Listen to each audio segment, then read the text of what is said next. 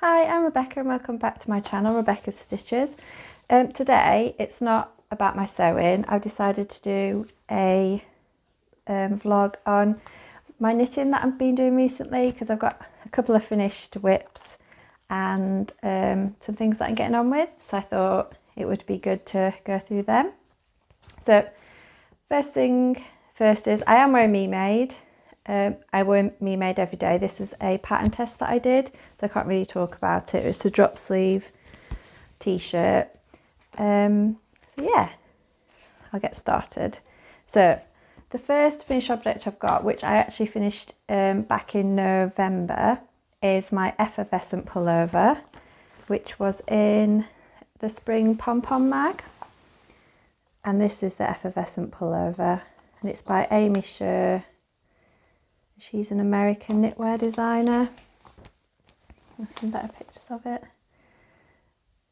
So it's quite on the model, there's not loads of V's in it, 3/4 length sleeves, and it's got this ruffle on it and lace work. So I've subscribed to PomPom mag for quite a while, and this is the first pattern that I knitted out of one of the magazines, and I don't know why, because I love it, but starting off, and as well, this is the first actual knitted pullover sweater jumper that I've made. Starting off with a fingering weight yarn pullover. It took me ages, and I started it and then put it down and then picked it back up again. So it probably took around 6 months, I think, and I finished it in November just in time for the really cold weather here in England, so I haven't had a chance to wear it because it is definitely, I think, more of a spring sort of autumn jumper. So here it is. This is my version. It's a bit crumpled because it's been in my drawer. There we are. That's the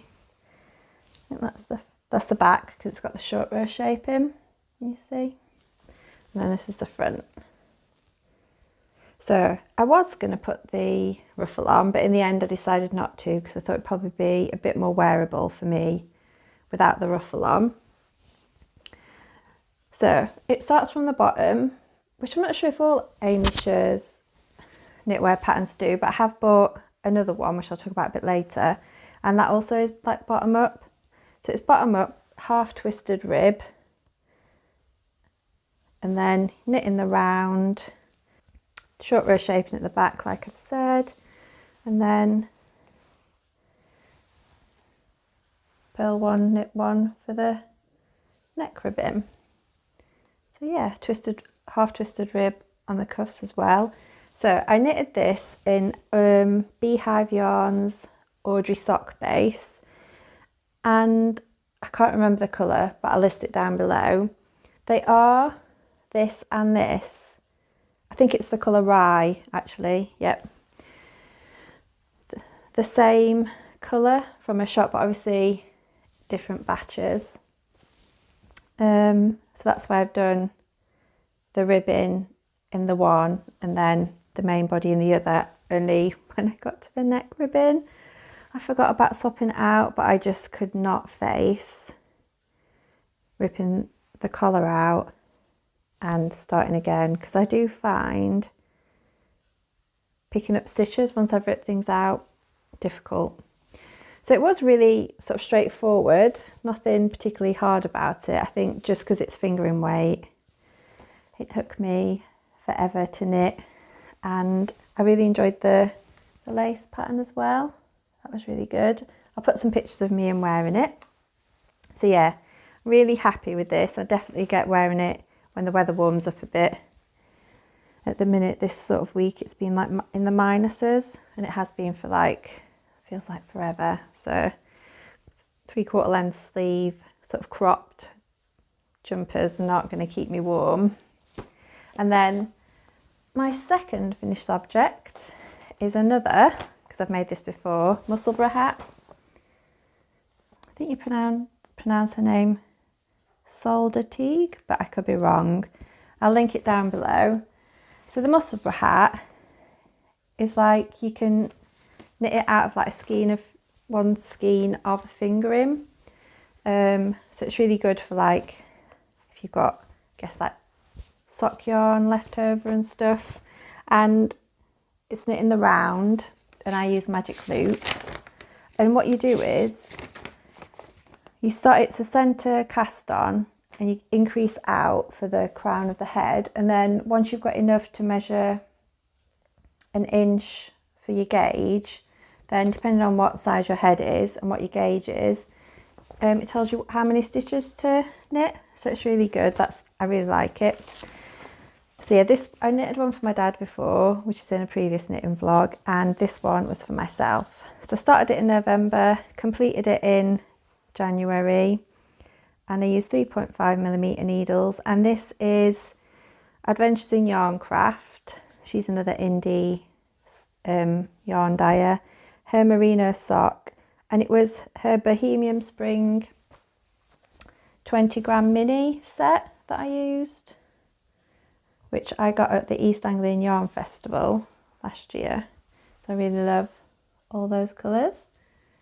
And one thing I'm really happy about is I started off knitting English style, and then from halfway through here,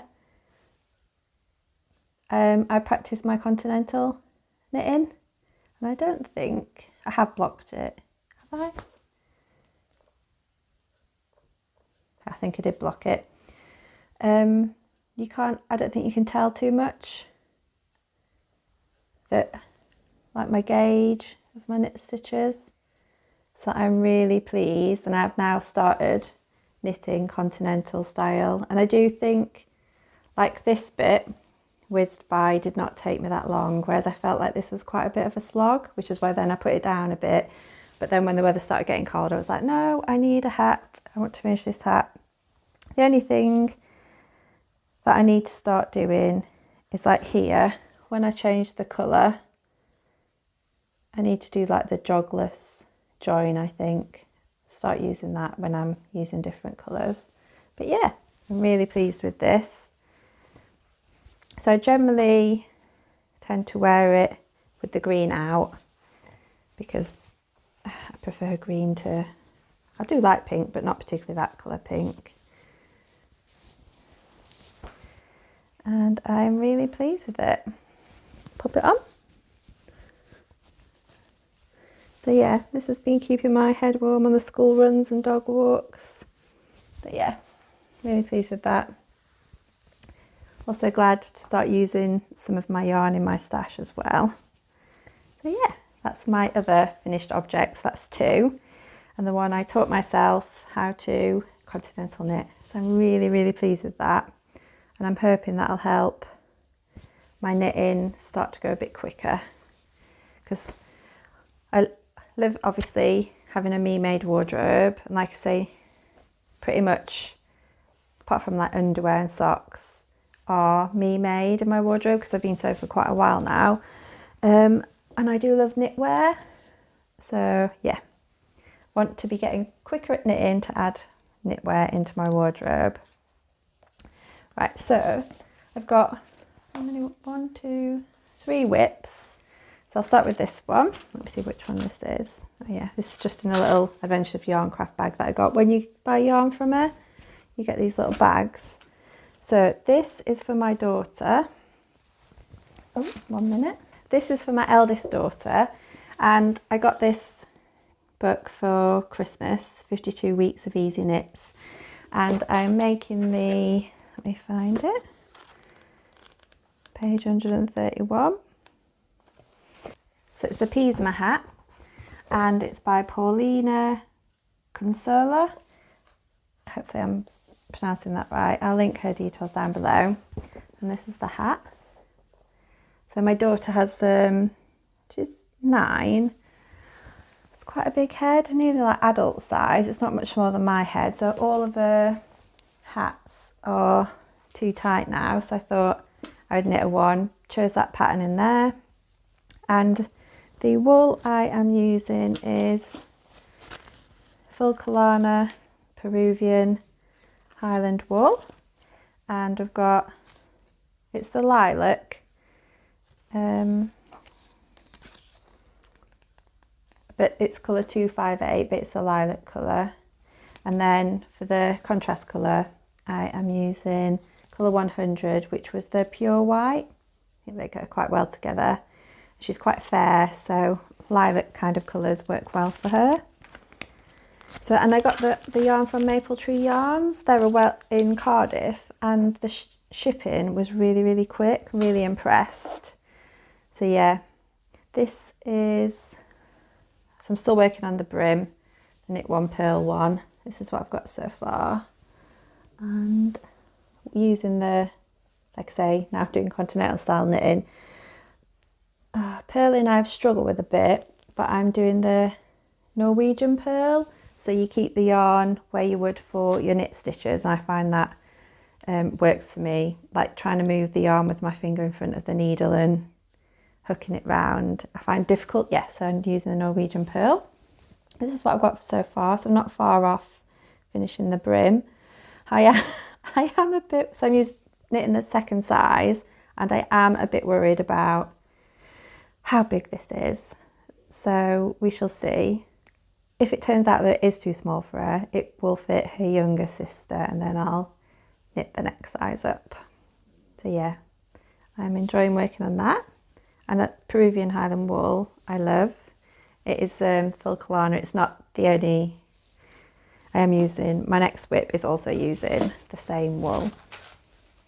And my next one is, which has kind of taken a back seat, now I am knitting the hat for my daughter, because I'm trying to get that finished in time for the weather to finish. So this is, which everyone has been knitting since it came out, the Sophie Shawl Petite knit. And this is again Peruvian wool from Highland wool from Filcolana, and this is the cinnamon colourway, but it's colour 817. There we are. So yeah, this has been a good knit. I'll put a picture up of like the finished one, and I've decided to make the medium.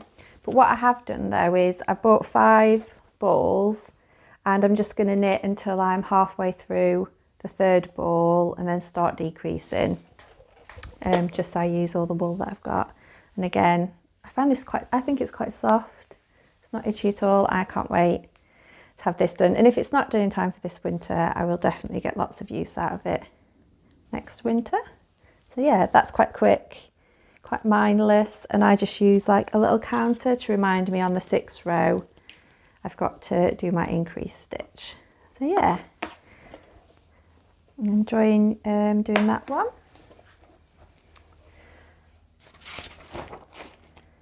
And I'm using, yeah, size medium, 5mm needles, and I started that like in January, so yeah.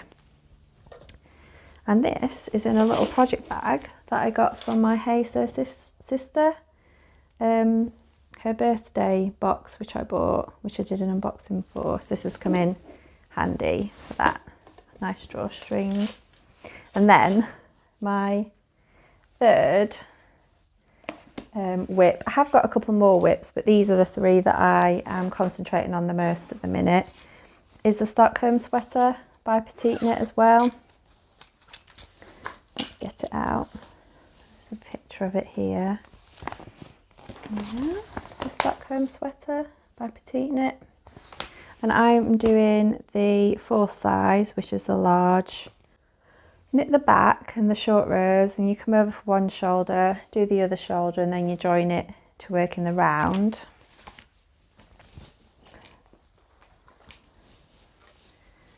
So this is what we've got so far.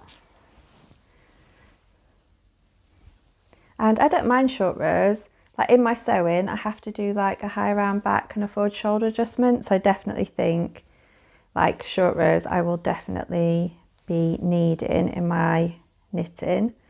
So yeah, this is what I've got so far. So when I started it, I was doing the English style knitting, and then I have switched over to continental style knitting. So I've knit the whole of the body, and then I have started the ribbon for the bottom, but you can't really tell because of the wool. I'm a bit worried about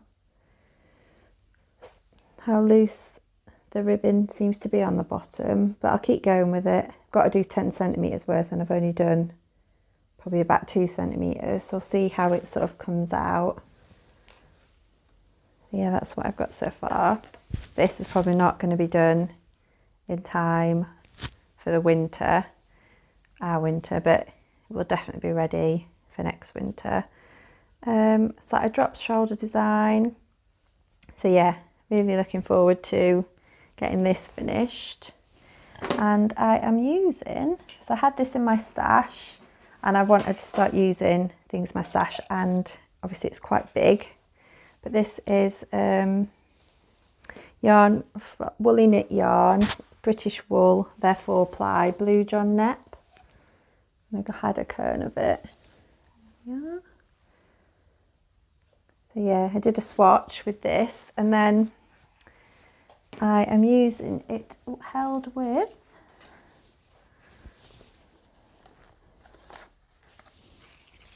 this,